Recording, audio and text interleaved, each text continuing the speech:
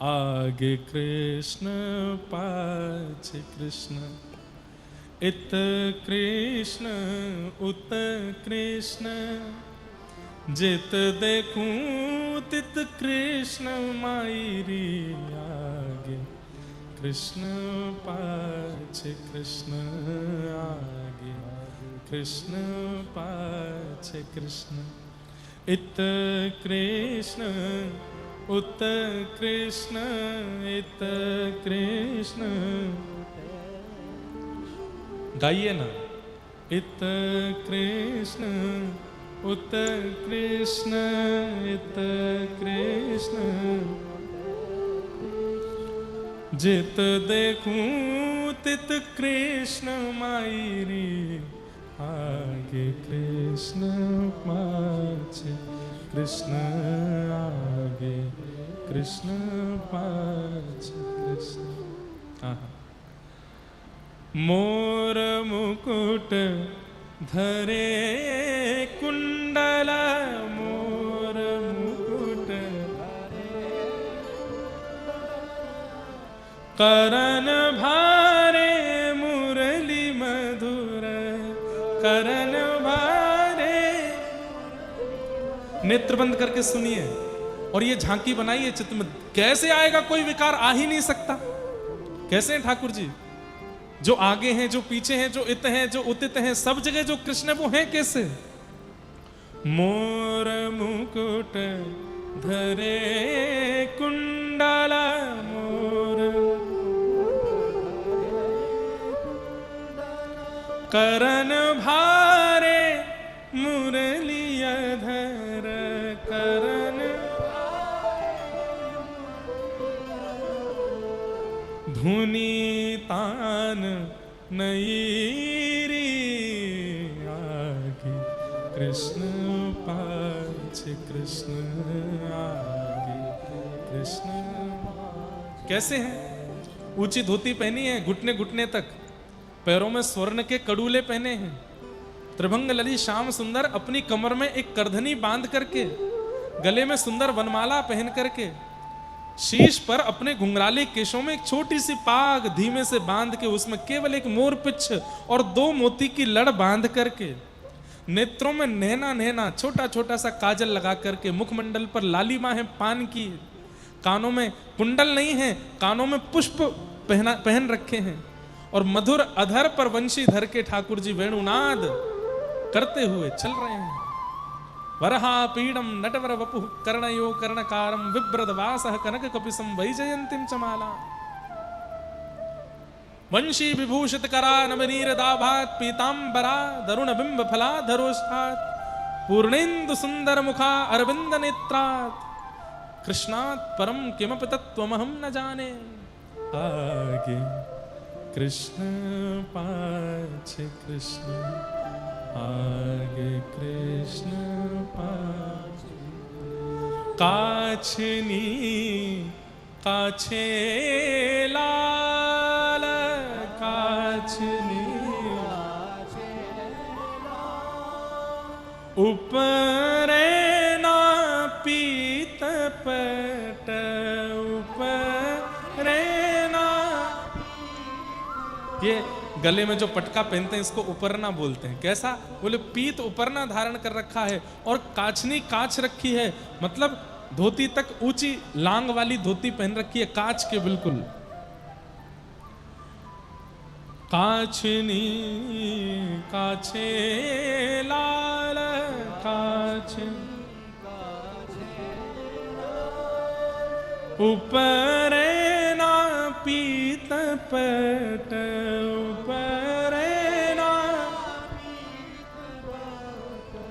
तेहि काल शोभा देख, तेहि काल शोभा देख, थकित भैरी आगे कृष्ण पाछे कृष्ण, आगे कृष्ण पाछे।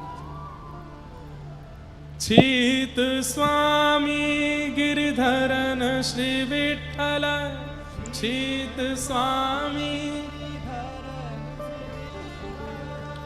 निर्कत छवि अंग अंग छईरी, निर्कत छवि अंग अंग छईरी, निर्कत छवि अंग अंग छईरी, आगे कृष्ण पाछ कृष्ण, आगे कृष्ण।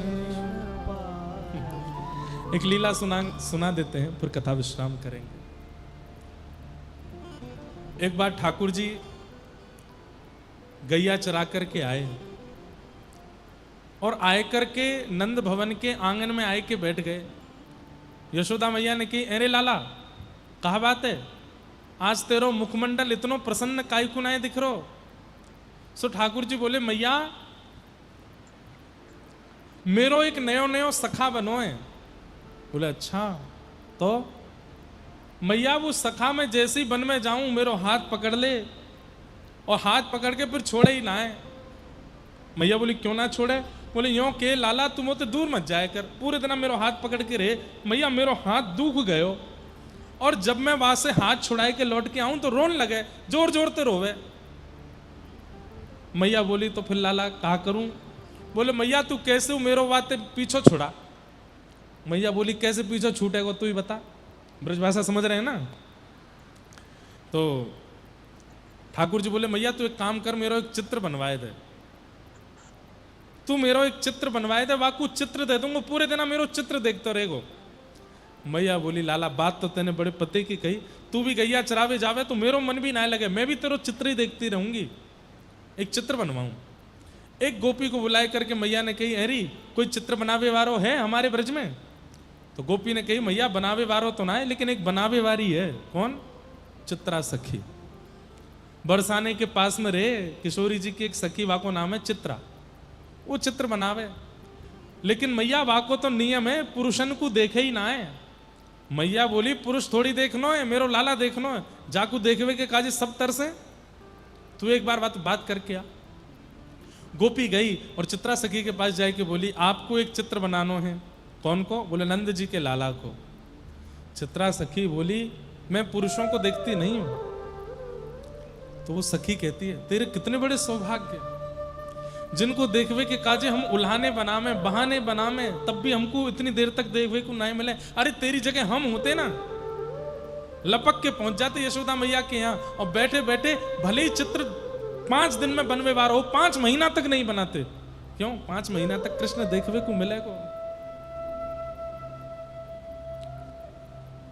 अरे तू एक बार देख तो सही, छोटो सो लाला है, तू वाकू देख लेगी ना तो को चित्र बनाए के अपनो सौभाग्य लगेगा कि मैंने ऐसो चित्र बनायो। इतना महिमा मंडन करके गई तो वो चित्रा सखी बोली एक काम कर, तुमको यहीं बता दे वो देखवे में कैसो है। गोपी बोली एक रसना से नंद जी के लाला के गुण और रूप नए बताए जा सके, लेकिन तू फिर भी कहे तो अंग है गहरे समुद्र सो, नेत्र हैं वह समुद्र में खिले भय कमल से। ठाकुर जी का अंग कैसा है? बोले गहरा समुद्र, नीला होता है और शांत होता है। ठाकुर जी का अंग ऐसा है। और नेत्र कैसे हैं? बोले मानो जैसे उस गहरे सरोवर समुद्र में 2 कमल खिले हो। नासिका कैसी है? बोले नासिका ऐसी लगे मानो जैसे 2 कमलन के बीच में से एक कछुआ बहतो बहतो जा रहा हो, ऐसी नासिका है। ओष्ठ कैसे हैं? ठाकुर जी के होठ कैसे हैं? बोले ऐसा लगे जैसे मानो वह नील सरोवर समुद्र में, वह सरोवर में 2 टापू रखे हों और उन टापून पे भी सुंदर सुंदर सुंदर सुंदर गुलाबी कमल खिल रहे हों। ऐसे ठाकुर जी के आधार है।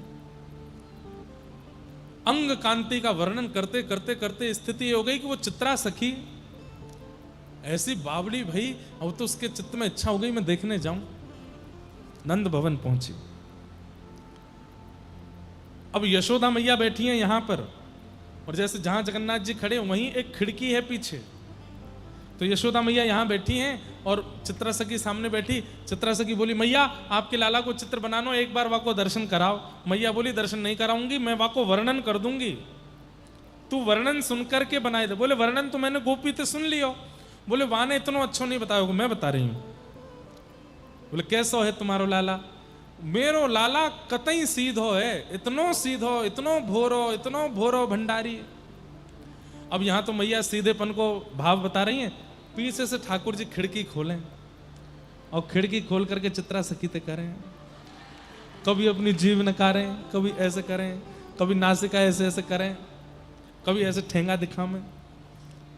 अब मैया जो वर्णन कर रही है बिल्कुल वाक्य विपरीत है लाला, और चित्रा सखी देख रही है, अच्छा सीधो हो मैया? बोले बिल्कुल सीधो। बोले जलेबी जैसा सीधो होएगो। ऐसा वर्णन कर रहे हैं।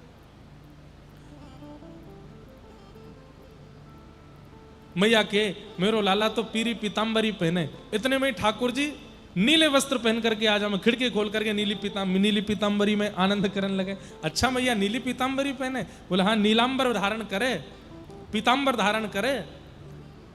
इतना ऊधम मचा में ठाकुर जी कभी कभी तो वस्त्र ही उतार के बिल्कुल नितंग खड़े रह जाएं खिड़की पे। चित्रा सखी वा स्वरूप को दर्शन करके इतनी आनंदित है रही है। अब तो वाकई स्थिति ऐसी है गई, अब वो जहां देखती है वहीं ठाकुर जी दिखाई देते हैं। आगे कृष्ण पाछे कृष्ण, इत कृष्ण उत कृष्ण, जित देखूं तित कृष्ण मायरी। आगे कृष्ण पाछे कृष्ण। लीला तो लंबी है, पर बात क्या स्पष्ट करनी है कि जिसका आप चिंतन करते हो वो चिंतन से एक दिन क्रिया में आ जाएगा। इसलिए चिंतन हरि का करो, चिंतन कृष्ण का करो, चिंतन इन लीलाओं का करो, चिंतन जगन्नाथ जी का करो। खाली बैठे हो कुछ और मत सोचिए, बस इनके रूप का ही दर्शन, रूप का ही चिंतन करते रहो। ये चिंतन करते करते करते करते करते कभी नाश नहीं होने देंगे आपका, अगर ये आपके चिंतन में है, ये आपके ध्यान में है तो।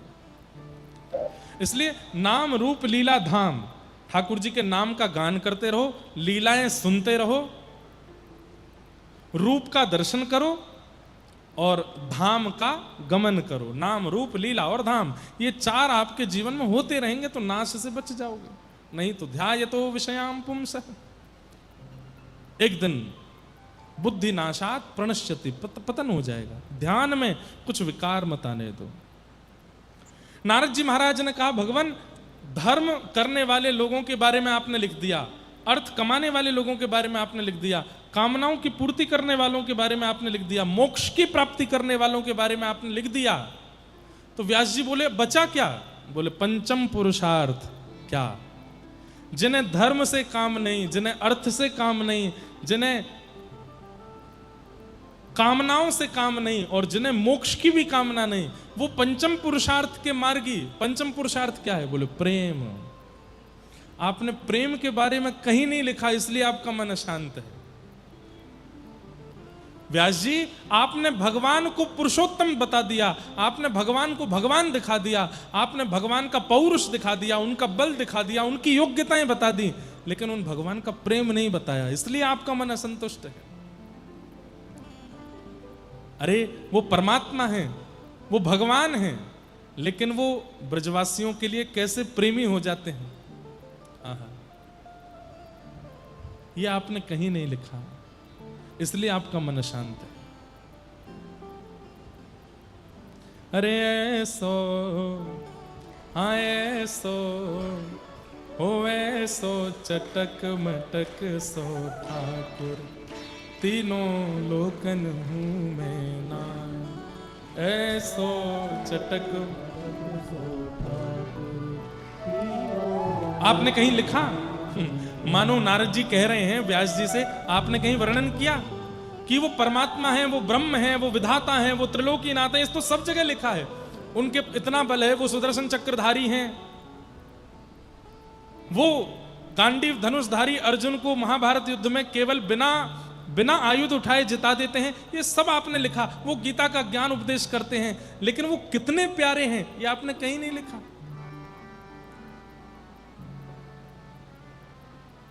क्या कहते हैं?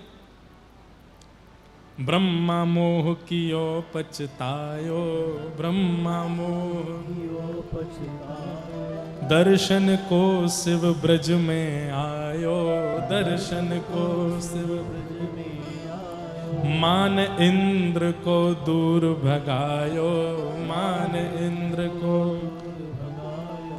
ऐसो वैभव वारो, तो ये ब्रज में गारी खाए। हाँ ऐसो वैभव वारो। अरे चतुरानन ब्रह्मा जी आज तक हाथ जोड़ के खड़े हैं, ठाकुर जी ने क्षमा नहीं किया उनको। दर्शन को शिव ब्रज में आयो, देवादिदेव महादेव लिंगराज भगवान हमारे ब्रज में आते हैं ठाकुर जी का दर्शन करने के लिए। गिरिराज जी धारण करके इंद्र का मान दूर कर देते, इतना वैभव है इनका, लेकिन ब्रज में ऐसो वैभव वारो, तो ये ब्रज में गारी खाए। ऐसो चटक मटक सो ठाकुर, तीनों लोकन मुंह में ना। ऐसो चटक मटक सो ठाकुर, तीनों। और कैसो है? रूप छबीलो है ब्रज सुंदर, रूप छबीलो है ब्रज सुंदर। बिना बुलाए डोले घर घर, बिना बुलाए डोले घर। प्रेमी व्रज गोपिन को चाकर, प्रेमी व्रज गोपिन को चाकर। ऐसो प्रेम बढ़ो माखन की चोरी करके खाए। हाँ ऐसो प्रेम बढ़ो माखन की चोरी करके खाए। ऐसो चटक मटक सो ठाकुर, तीनों लोकन मुंह में नाए। ऐसो चटक मटक। अरे ये बैठे हैं जगन्नाथ महाप्रभु, जगन्नाथपुरी में आ गए, इतने बड़े मंदिर में आके विराजमान हो गए, जगतपति बन गए, जगन्नाथ बन गए, नीलाद्रीनाथ बन गए। लेकिन एक दिन माधवदास जी से मुंह बना करके कहते मेरा मन ना है लग रो। माधवदास जी बोले क्या हुआ? जगन्नाथ तो बन गए पर चोरी नहीं हो रही है, यहाँ पे मन नहीं लग रहा, चोरी करनी है। माधवदास जी बोले जय जय, ये कलयुग है, द्वापर नहीं है कि गोपियां पकड़ लेंगी फिर छोड़ देंगी। चोरी करते पकड़े गए तो सजा और हो जाएगी, उम्र कैद। ठाकुर जी बोले अरे माधवदास तू कहां जाने चोरी को स्वाद कितना अच्छा रहे। मुंह को चोरी, अरे आपको आवश्यकता क्या है? सब कुछ तो है, क्या चुराना है आपको?